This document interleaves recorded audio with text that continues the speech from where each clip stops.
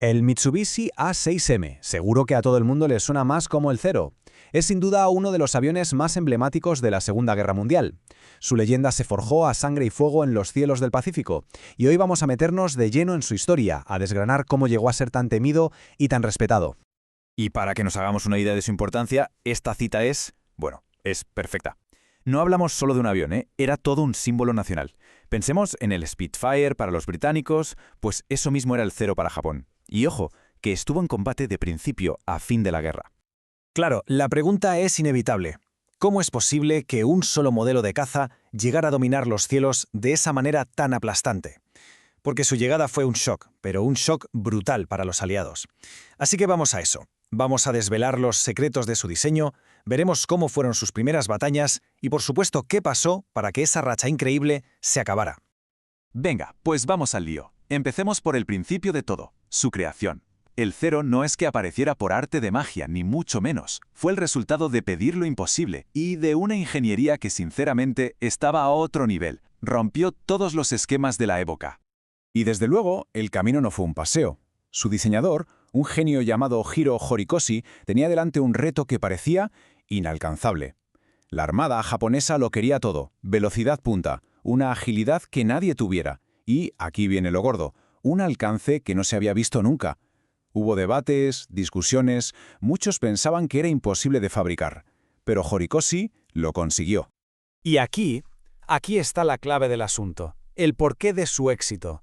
Fue el primer caza, el primero del mundo, en combinar estas tres cosas a la vez. Una cabina con una visibilidad brutal, de 360 grados, unos cañones en las alas que eran pura dinamita, y el detalle que lo cambiaba todo, un depósito de combustible que se podía soltar.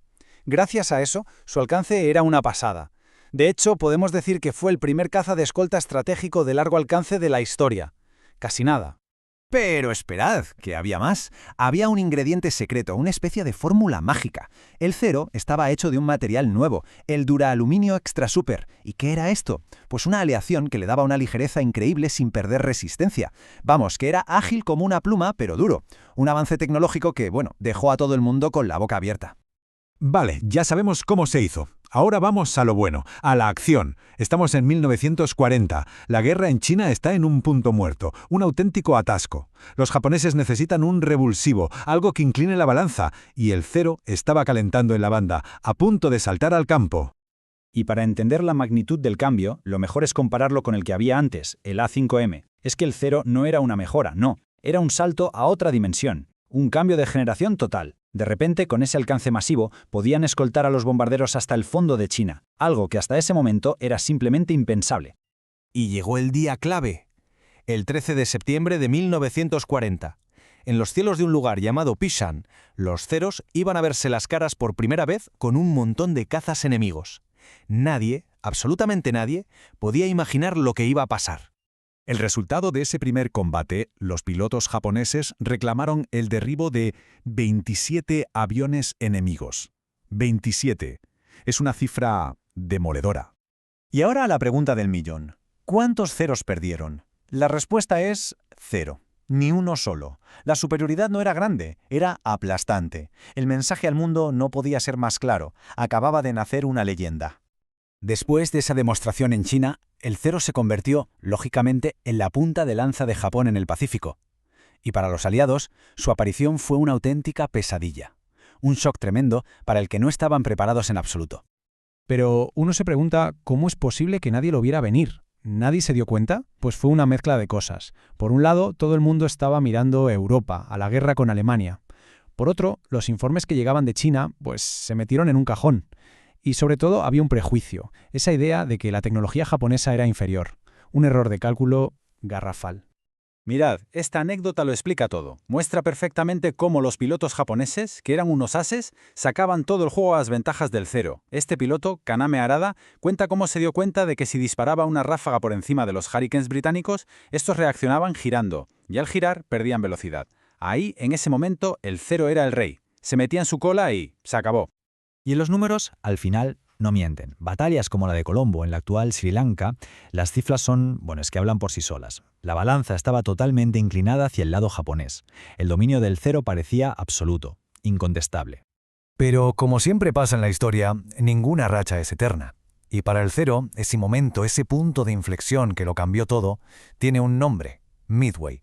Claro, después de casi 2 años arrasando en China y en todo el Pacífico, la pregunta estaba en el aire. ¿Es que no hay nada que pueda parar a este avión? ¿Es invencible? Pues la respuesta llegó, y de forma contundente, en junio de 1942. Midway. Fue la primera gran batalla donde el Zero no solo no arrasó, sino que se llevó un palo tremendo. Ahí se acabó. La era de su dominio total había terminado. Y ojo, que lo interesante de Midway es que el Zero no perdió porque de repente fuera un mal avión. No, fue un fallo de todo el sistema. Las patrullas de Zeros que defendían los portaaviones se vieron superadas, eran demasiados atacantes. No tenían radar en los barcos, así que no hubo aviso temprano. La coordinación defensiva fue un desastre. Y claro, con la pérdida de 4 portaaviones, se acabó lo que se daba. Fue el golpe definitivo.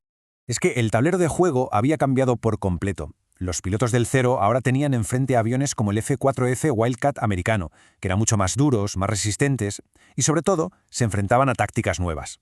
Ya no se trataba de girar y girar en un combate cerrado, el famoso dogfight, donde el Zero no tenía rival, no. Los pilotos aliados hacían otra cosa. Usaban su mayor velocidad para picar, disparar una ráfaga y salir de allí a toda pastilla. Una táctica de ataca y huye que anulaba por completo la agilidad del Zero. Y como bien dice esta cita, los propios pilotos japoneses se dieron cuenta enseguida de que la cosa había cambiado. El Wildcat no podía girar con ellos, ni de lejos, pero daba igual. Era un avión duro como una roca, iba bien armado, y lo más importante, sus pilotos habían aprendido a no jugar al juego del Zero, luchaban de forma inteligente.